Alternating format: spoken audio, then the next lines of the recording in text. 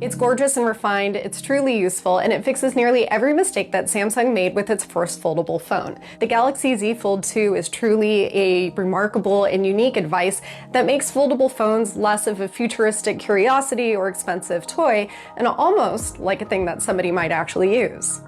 Almost.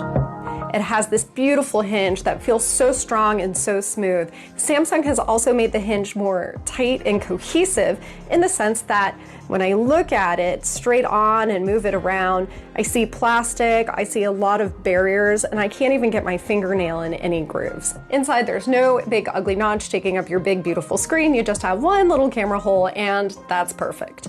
You know, pricing hasn't actually changed that much from the original Fold to the Z Fold 2. It's only $20 more. It does bring you to $2,000, which is quite a bit. It doesn't come with a case, it doesn't come with headphones. I am absolutely in love with this Mystic Bronze color. It also comes in Mystic Black. One of the things that I love about it is that your fingerprints don't actually gum up on the back because it's a matte finish. It's got Gorilla Glass Victus on the front, which is meant to be one of the strongest cover materials that you can have. It's got this beautiful metal frame and also glass on the back. Let's talk about this outer screen first because Samsung made some big changes and they're wonderful. Mostly, the screen is much bigger than before. This is a 6.2-inch display. It's very tall and narrow. And that does have an effect when you're typing. It does make the keyboard really small. I found that I used this outer screen much more often than I thought that I would, maybe 60% of the time, maybe even more. But this is where I open any apps and get those started, do quick replies, check in on things. But the outer screen is great because in the first iteration, the screen was much smaller and it wasn't really usable.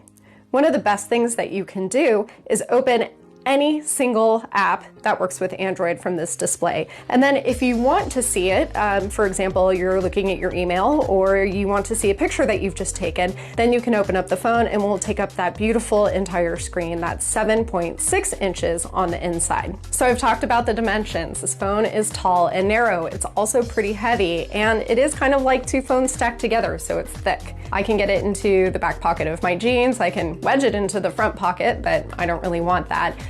It does tower out a little bit. It doesn't feel totally comfortable because of the thickness of the phone, but it's also something that I really feel that almost anybody can get used to. In addition to being able to comfortably read on this outer display, I also really enjoyed it for watching video. Yes, I could open up the device and watch on the larger internal screen, but sometimes I got tired of holding it because it is pretty heavy and it weighs on you, or I wanted to just prop it up while I was eating and have the phone open itself up, and you can actually see the video on the entire external display, and it's still pretty large, so I did find it very comfortable viewing.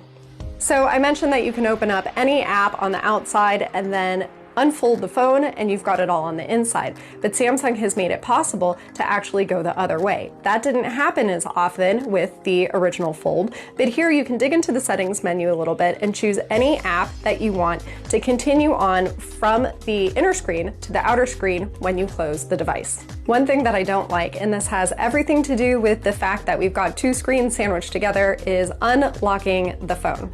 So you've got a power lock button here that's got a little trough, and this is your fingerprint reader. And it's pretty comfortable to get to, but the problem is when the phone is closed, my thumb is pressing both of these surfaces at the same time. So even though it's a pretty small target and it's easy to hit, I got a lot of error messages. So I think that's a miss, and when you're unlocking your phone dozens of times a day, it can get really annoying if it's not as responsive as you want it to be.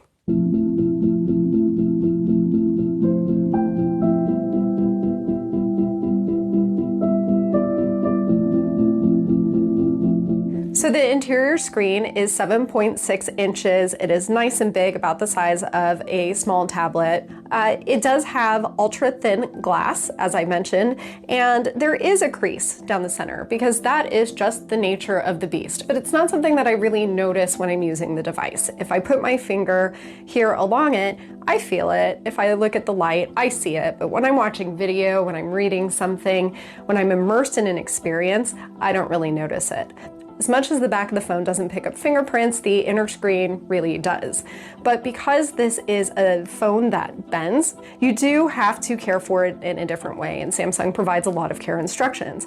And one of them is that you can't get water on the device. Another is you don't want to apply too much pressure. So I haven't been cleaning the screen as much or as aggressively as I would with a phone that has a harder glass cover material. And as a result, the fingerprints definitely show. I absolutely love using this big inner screen for everything that you would expect. Watching movies, looking at photos. It's great for looking at photos that you've just taken, galleries. But at the same time, for me, it's not that comfortable for typing. So I tried an experiment. I actually put aside my laptop for over 24 hours and I used the Z Fold 2 instead. And I found that I was not as efficient doing the work for my full day as I wanted to be. It wasn't really comfortable to write stories or to edit. I would switch back to the smaller keyboard on the outer screen, but then it was too small and I'd make mistakes also. In fact, I found that I would actually fold the phone in half a little bit to bring the sides closer together so I didn't have to reach as hard as I typed. Essentially, I think this is an area that could still use some improvement.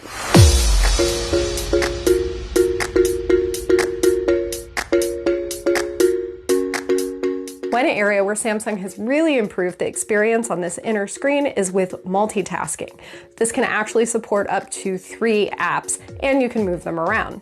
I found that this feature, which is called multi-active window, was something that I used really naturally. It was definitely a benefit to have.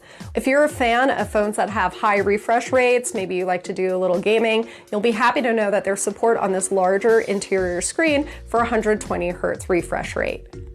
I definitely thought that the killer feature on this phone was going to be flex mode, and that is when the hinge can bend and hold itself in that position.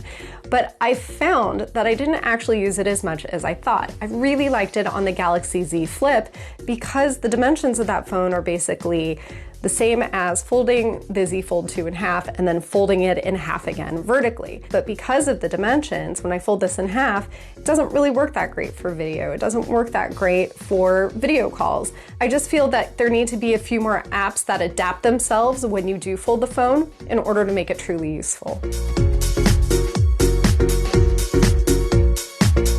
So you might expect that a $2,000 phone would have all the best cameras that Samsung could possibly make, but that isn't the case here, and that is because of the cost trade-off. What you do have is still quite good. You've got 12 megapixel cameras across the board from the wide angle, ultra wide angle, and telephoto lenses. Plus you have a 10 megapixel camera on the front and a 10 megapixel sensor on the inside of the device. You can even use the rear cameras to take a selfie by pressing a button, opening it up. The only problem is because you're holding the phone open, it's sort of off kilter, so you're not really getting yourself head on. It's a little bit weird, but it's still a good idea. So you're not going to get the 5x optical zoom that you get with the Galaxy Note 20 Ultra, and you're not going to get any fancy 108 megapixel camera, but I still found that the photos were really clear, colorful, detailed, totally 100% usable. I was happy with most of the ones that I took, but when you're trying to get up close on some architecture that's way up high, or set a scene up a specific way, or you want to really get detailed, you're just not going to have that with this phone to the same extent that you would with one of Samsung's other devices. I will admit that I was worried about battery life for this phone because it has 2 separate battery cells for a combined capacity of 4,500 milliamp hours, which is the same as the Note 20 Ultra, whose battery life I was not very impressed with. And one thing that we know about batteries is that when you split one big battery into 2 smaller pieces, they are inherently not as efficient. However, it was not as bad as I feared, thankfully, and I was able to take the phone from day to night. Remember how I said that I used this device instead of my laptop for over 24 hours? I still needed to charge it every day. I used it just like a normal device, but I was on it all day long, and it still lasted. Sure, it drained a little bit later into the evening, but I still felt completely comfortable that I would have enough battery reserves before I went to bed. As a rule of thumb, I would say if you get this device, depending on what you do, you'll want to keep an eye on battery. You should expect it to take you from morning to night, but you will want to charge it completely, probably at least once a day. The reason that I think battery life wasn't such a problem for me is because I use the outer screen so extensively. This is the screen that only has support for 60 Hertz as the refresh rate, and the interior screen is the one that has support for the much faster refresh rate, which is known to pull down more battery. The second factor is that there is a program on here called Adaptive Brightness, and that is the default mode. And what that means is that when you're using the screen in a way that would take advantage of really smooth scrolling that you get with 120 Hertz, then it's going to switch and use that. If you're doing something static like I am right now, just staring at a screen doing absolutely nothing, then it's going to fall back to the 60 Hertz. So it will actually conserve energy. As for your other specs, you've got your Snapdragon 865 Plus processor on every single Galaxy Fold. That means you're not going to have a different processor if you buy it in a different region. You all get the same. There's also only one configuration with 256 gigabytes of onboard storage, no micro SD card, and no water resistance, so you do want to be a little bit careful.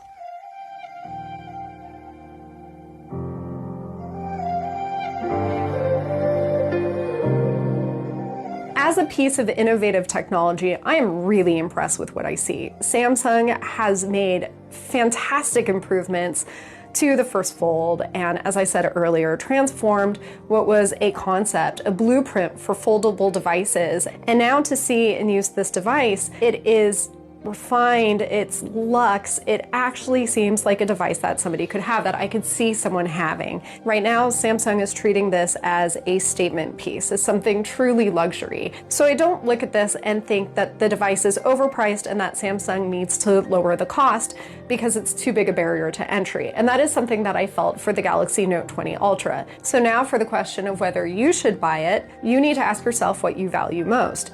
You've got to love technology in order to want this phone, because it doesn't act the same way that a regular phone would. The cameras aren't going to be quite as good. They're still good, but they're not going to be the most amazing. You have to want to have this kind of hybrid device that you think that you would take advantage of. If you think that you're going to kick back on the couch and really use the tablet part, and then close it up and take it on the go, then this could be a device that you can integrate very easily into your daily life. However, it is still twice the price of a regular premium phone, and therefore it's not for everyone.